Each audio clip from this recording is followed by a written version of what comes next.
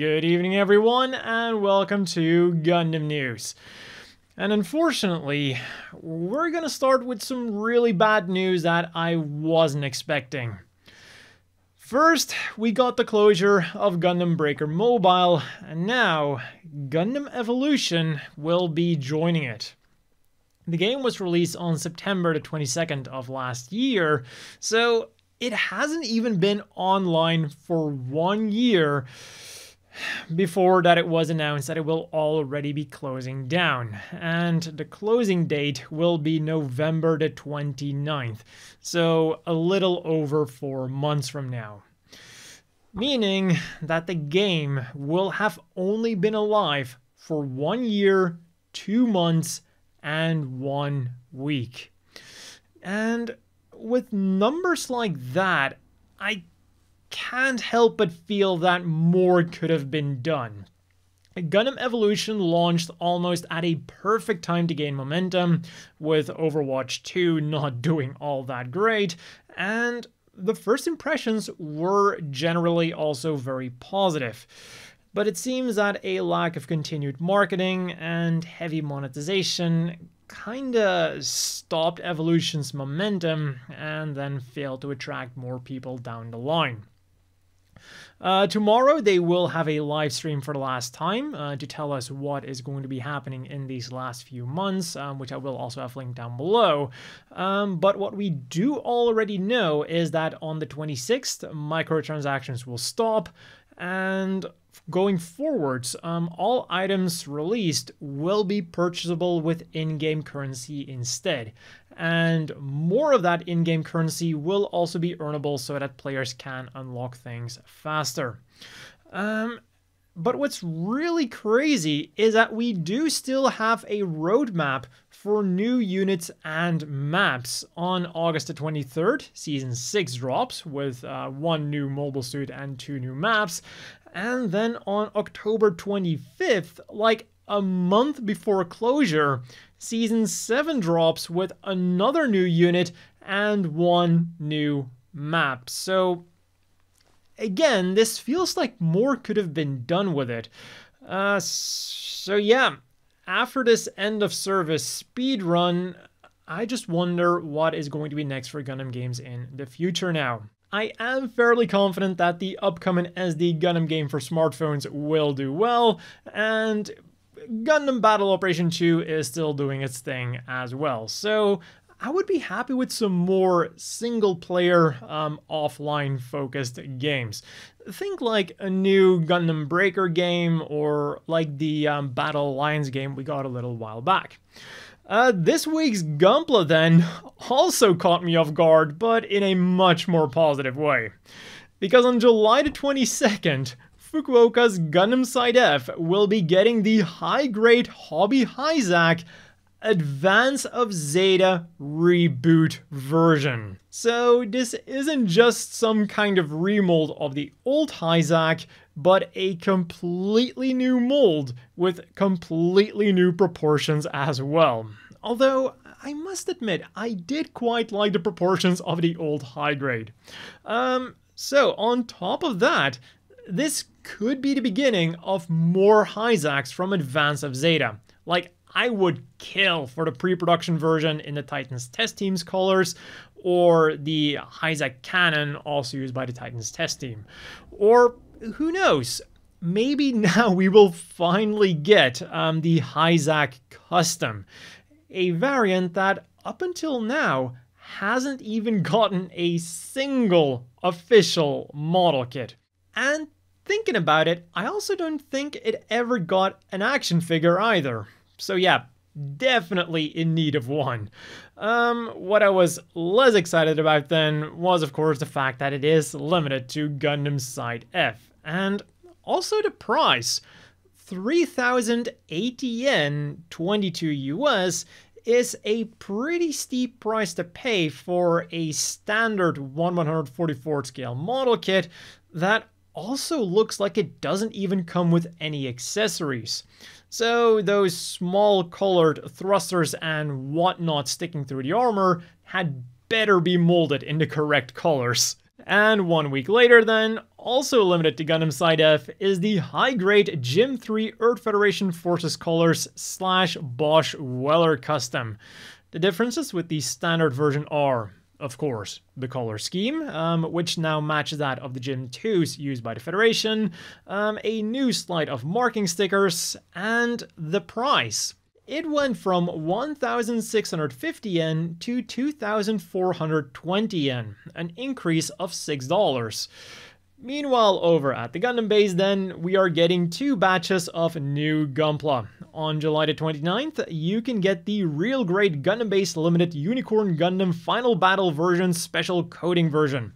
It comes with 3 shields, 3 sets of double beam Gatling guns, 3 stands, 4 beam sabers, a Hyper Bazooka, the Beam Magnum, and optional hand parts, for a whopping 12,760 yen, which is 92 US.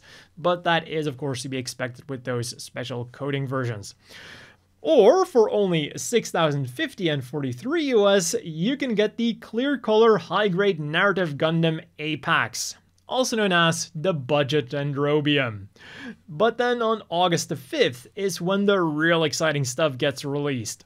For 2,530 yen, 18 US, you can get the high-grade Narrative Gundam C-Pax Awakening Colors version, meaning that it now has a sparkly blue psycho frame. And then for 2,200 yen, 16 US, you can get the non-scale high-grade Tolero 800 Torohachi. And what a beauty it is. Like, I am totally getting at least one of these. I just wish they would tell us what scale it is, or like how big the thing is, because then we could at least like calculate ourselves what scale it is so you could get some figures for the thing. Other than that, we just got a second wave of pre-orders for the high-grade Ortlinde and Hajiroboshi second form, and for the Master Grade Mission Pack J-Type and Q-Type for the F90. But then, just this morning, the 2 new sets of Gundam Artifact were announced. The next standard lineup and the next premium Bandai lineup. The standard models will be releasing in December for 550 yen each, for US, and the available machines are the Zaku 2 High Mobility Type Ortega Custom, Zaku 2 High Mobility Type Gaia/MASH Custom, the Super Gundam, which can also be built as a weaponless standard Mark II, the Palace Athene, the Wing Gundam, and the Tall Geese. All of them are molded in their signature resin-esque pale yellow, unless you get a secret rare one, which is molded in clear black. From P-Bandai then, you can get a triple Qubeley set for 2,750 yen, 20 US. But it's not the 3 Qubeleys you might be expecting. Instead of white, black, and red, they're molded in pale yellow, clear purple, and gray. And on top of that, each comes with parts to build them as either the standard Qubeley or the Qubeley mass production type. And they also come with Gundam Artifact nameplates. A cute little touch. And as I show in the promotional images, you can also mix and match the different colors for some cool effects straight out of the box. Oh, and of course, every kit also comes with a soda-flavored piece of chewing gum. Over at the figure front then, things are less exciting, but we still did get some cool things. With the worst news being that the limited color edition of the Metal Robot Spirits Barbs Loops Rex is limited to the Club Tamashii Nation's members. So getting your hands on this shiny Barbs is going to be exceedingly difficult and expensive. It'll be 17,600 yen, 126 US from the get-go, and I'm sure that it'll go for quite a bit more in the second-hand market, unless it also gets released outside of Japan.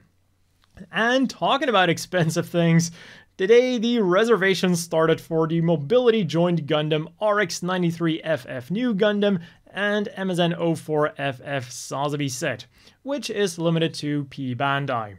At 5,280 yen, it's not the most expensive thing out there, but relative to what you're getting, 40 bucks for 2 small, albeit pretty articulated figures is definitely on the higher end. But at least you are getting a lot of accessories with these things, including the ability to build them either as their regular forms or as their new Gundam Side F forms.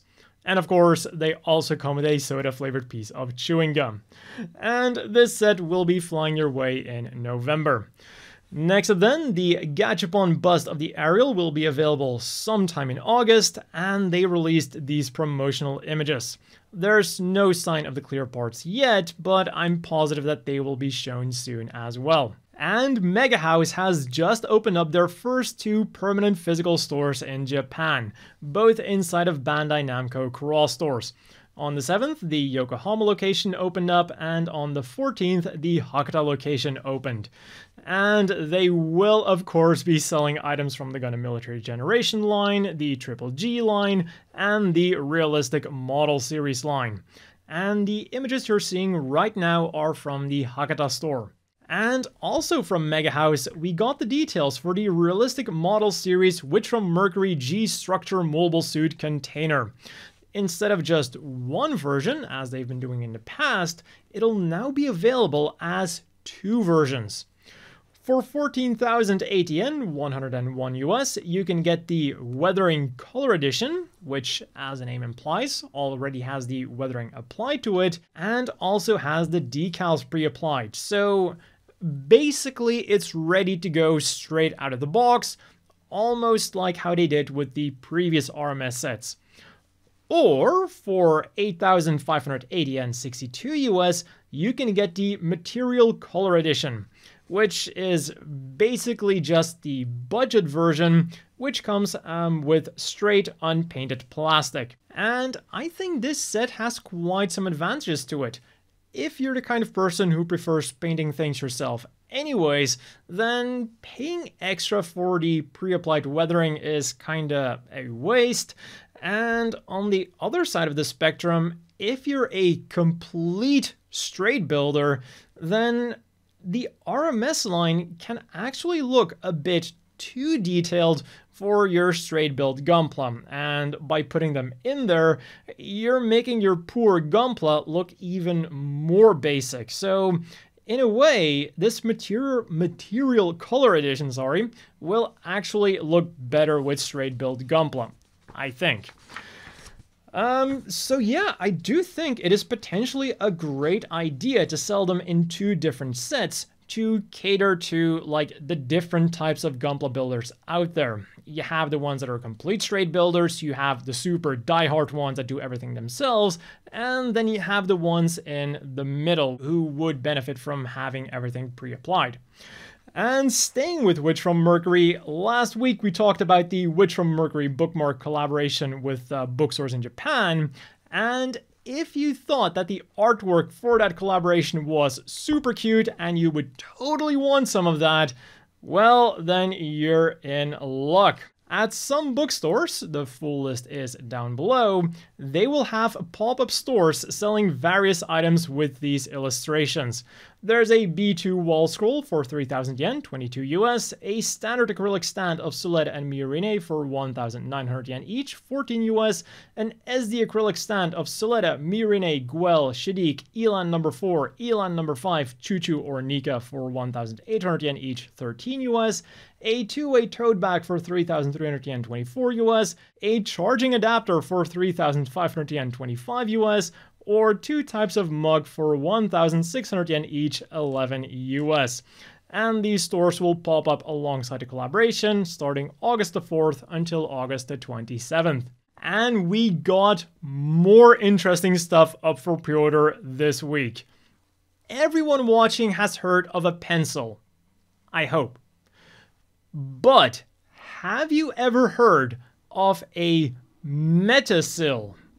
It goes for 1,485 yen, 10 US, and can best be summarized as a fancy pencil, this one is Char custom, which uses metal in the graphite so that it wears down way slower than your regular old pencils.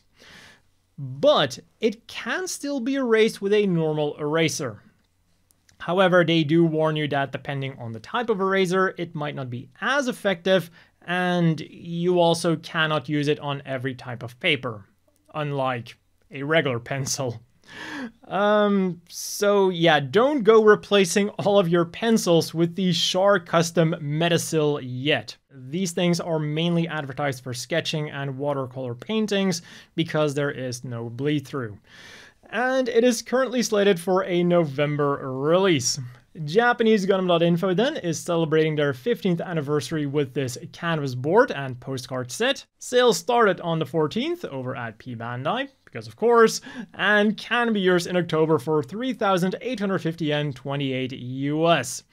And that price sounds extremely cheap when compared to the prices of Sid Mead's 90th anniversary Chrono Art reproductions. There are 4 designs that can be yours in 2 different sizes.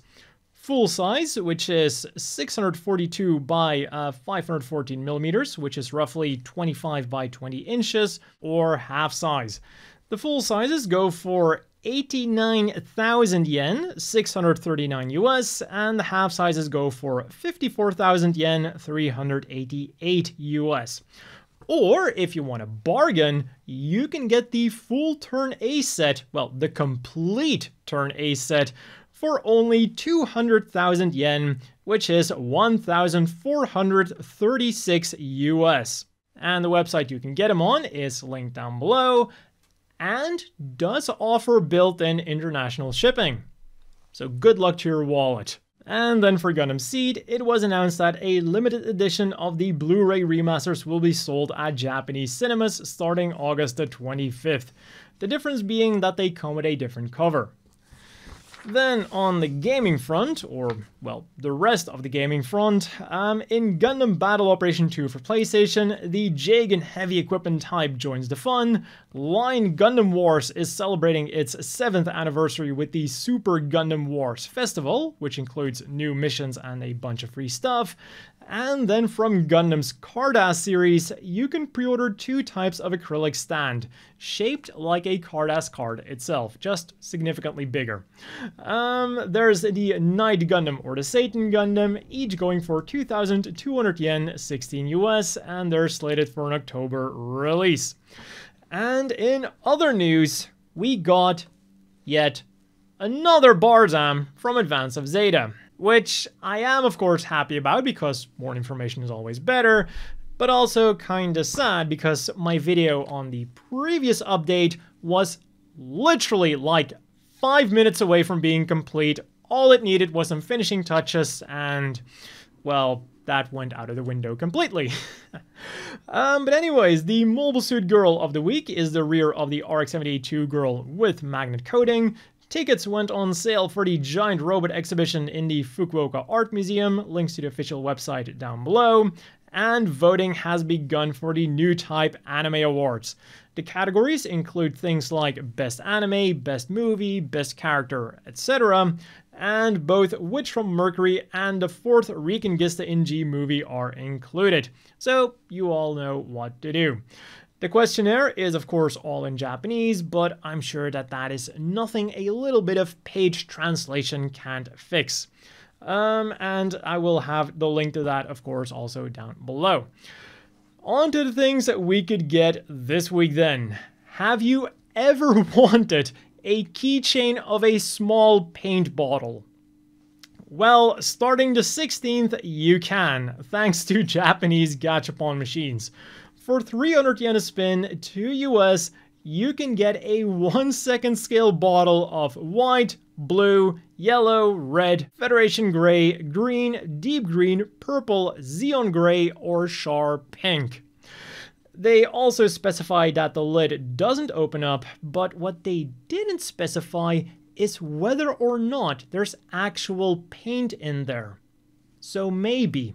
And on the same day, they also released these flat gachapons from Witch from Mercury.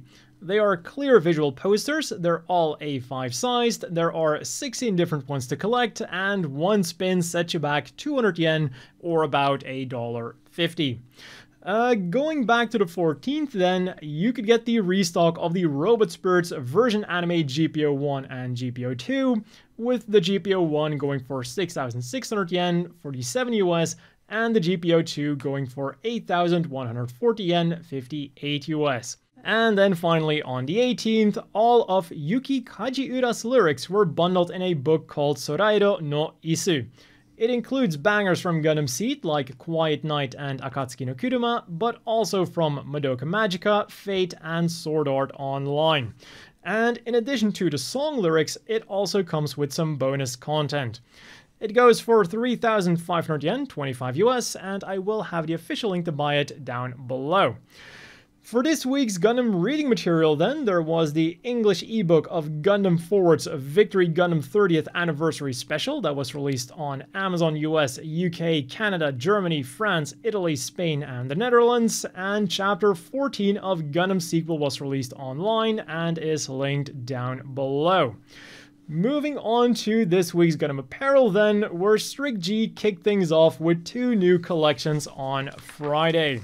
First up, the Char Aznable t-shirt collection. For 4,730 yen, around 35 US, you can buy a black t-shirt with Char Zaku leading the other Zakus into battle, Char Zaku dodging the Gundam's beam rifle, Char's Zaku shooting his machine gun, Char's Gelgoog, or Char's Zeong. And also from that day, a Char cushion gift campaign started at physical Strict G stores. If you buy over 15,000 yen worth of stuff, around 110 US, excluding sale items, you will get this Char cushion for free. The promotion will last until July the 31st. And since it's not limited to Char stuff, you can also buy these Gundam Inc. items to count towards your total and to make you feel like a Gundam Inc. employee.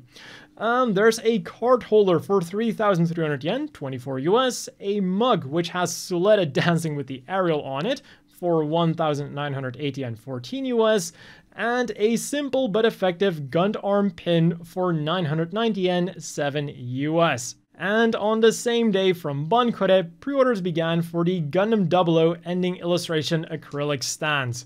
For 1,980 yen, 14 US, you can get Setsuna, Lock-On, Alleluia, and Tiaria. They're designed to be linked together and will be stopping war in September. Tuesday then is when pre-orders went live for a shit ton of caps. They all go for around $30 and are slated for a September release or re-release, because even though the page doesn't mention anything about these being re-releases or restocks, like, I know that I've seen some of them, but I don't remember all of them. So whatever that case might be, if you're in the market for an official Gundam cap, then, well, now might be the best time to do so. There's a bunch of Federation, Zeon, and Char ones, as well as one with a Red Titan's emblem, the Hyakushiki's emblem, Amro's Unicorn, Neo Zeon, Mafty, and a bunch of different V-Fins. And then finally on Wednesday, Strict G released some cool Gundam Seed inspired sportswear. For 4,180 yen, 30 US, you can get a black Zaft shirt, a blue Omni shirt, or a burgundy Orb shirt. And for 3,850 yen, 28 US, you can get a matching pair of shorts that are of course comfy and easy to wear. And as always, let's quickly wrap things up with the polls. With the upcoming release of the Shining Gundam Universe action figure, Gundam.Info wants to know what its most famous early battle was. And we had 2 pretty close calls. The battle with the Dragon Gundam won with 35.1%, but the battle against the Maxer was less than 5% behind it. Then in third place with 17.6% we have the battle with the Bold Gundam, and then in last place the Gundam Rose hoisted the white flag with 17.1%. But still really close to the Bold Gundam. As for the currently ongoing one then, as many of you are probably aware, Gundam has been pretty big on recycling lately. So they want to know which character would make the most effective use of resources. Judo, Kelly, Garrett, or Low. And so far, the main website version and Twitter version of the poll do agree on some, but there is a slight difference. They agree that Judo should be in first place and Kelly in last place, which is something that I totally agree with. Kelly just moved to a junkyard and used whatever he could to repair his Volvaro there. He merely adopted the junk, whereas someone like Judo was born in it. Dealing with junk literally was his livelihood, so I think he definitely deserves to be in first place here. On Twitter then, Garrett is third and Lowe second, whereas on Gundam.Info it is the other way around. And here I would kinda say it depends on how you define resources, because in terms of junk and what to build with it, I would say that Lowe is by far the better engineer and more in the spirit of what they're asking here. Garrett is more the type of guy who looks at the resources he has available and then decides right then and there how he can use them to survive. In fact, I think Kid would have been better for the poll because he is the WizKid engineer on board of the Freedom. But if you want to cast your vote, I'll of course have that linked down below. And that has been all for this week's Gundam news. As always, a big thank you to the Patreon supporters. I hope everyone watching has a great evening, and I'll see you all next week with more Gundam news, and probably more Barzams as well.